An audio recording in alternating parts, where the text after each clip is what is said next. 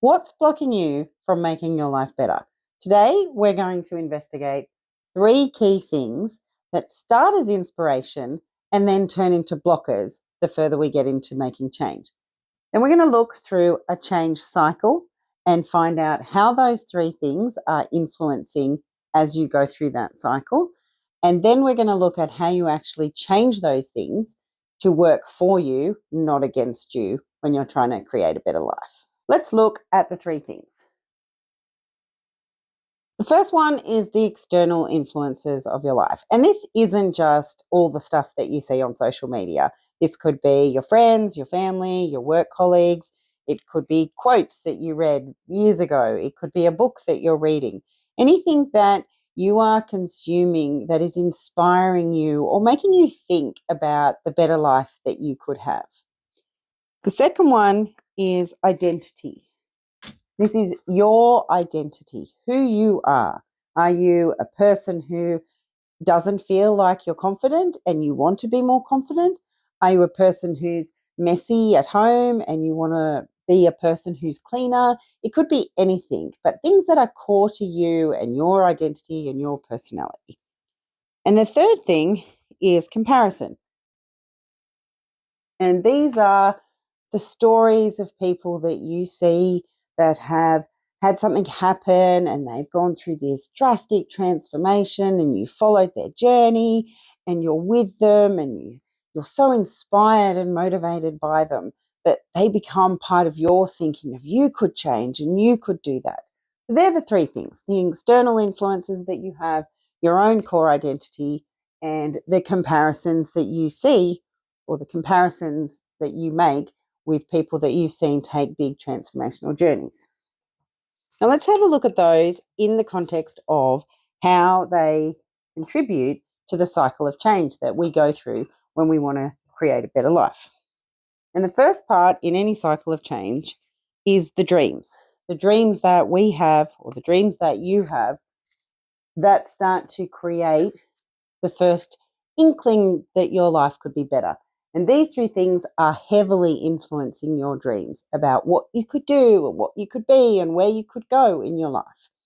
And this is what I believe psychologists call unconscious optimism, because there's no barriers to dreaming. You can dream all sorts of things. There's nothing blocking you from dreaming.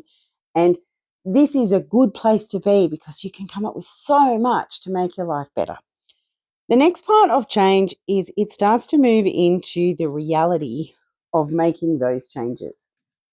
And I believe psychologists call this conscious pessimism. So this is where enacting those dreams just becomes a little bit harder because you haven't been able to work out how to adapt your life, and your self-doubt starts to creep in about whether you can do this or how easy it might be for you. And that's where these 3 things start to influence your reality in a more negative way. So what was once a positive external influence of somebody doing something, they might have done it so easy and you're struggling. Or you might want to become more confident, and this is where you're realizing that I'm just not a confident person. That's just me. That's who I am. That's how I've got to stay. And the comparisons start to come in. My life isn't as bad as that. So why do I really need to change? It's not that bad. And that's where this reality and these 3 things are starting to work against you. And then you will drop into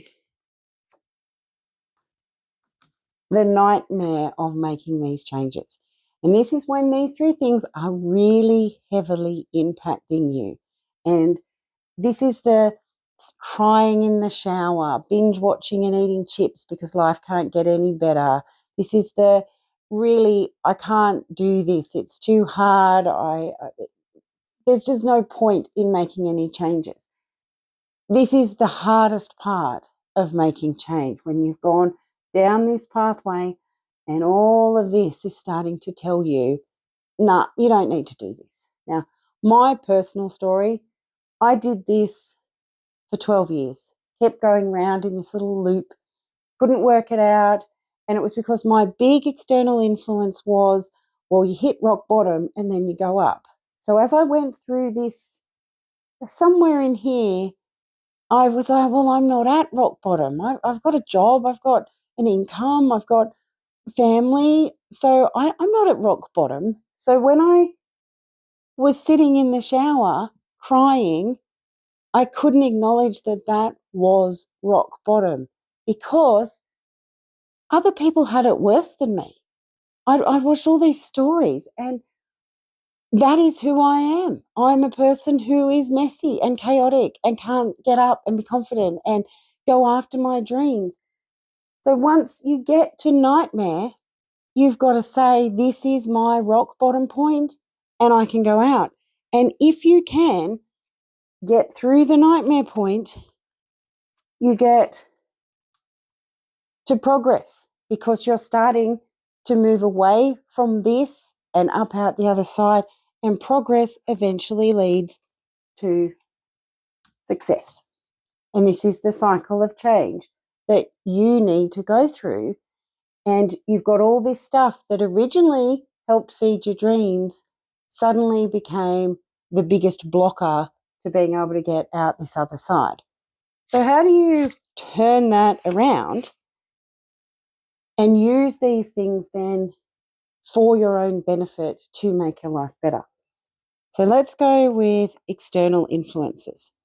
When you're at this point, if you suddenly make those external influences internal influences, so take the things that were external to you and bring them into your own life and your own mindset about, how do I make this now work for you? How do I make this work for you, for myself?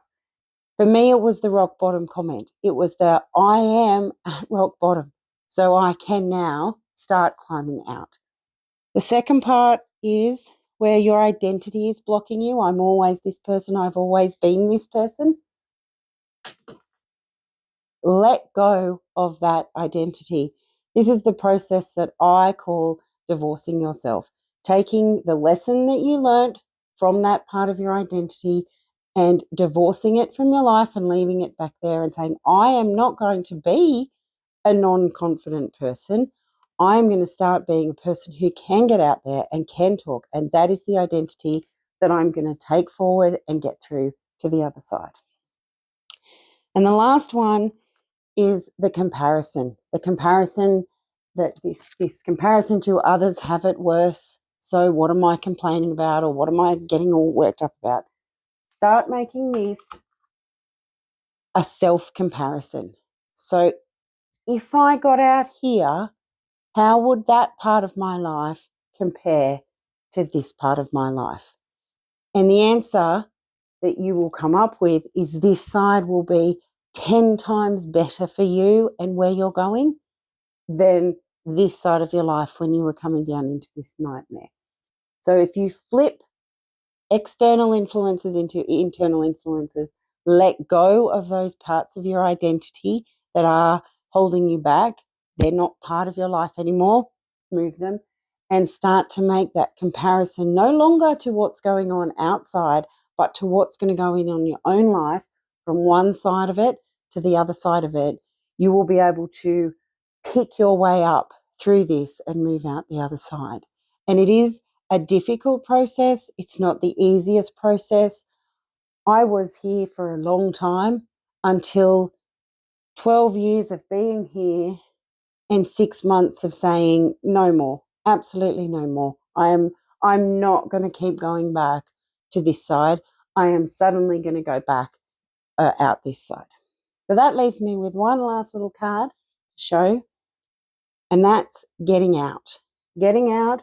What is the thing when you're sitting on the floor of your shower crying that life isn't going to get better? What is the thing that is going to make you stand up? And that is the subject of the next video.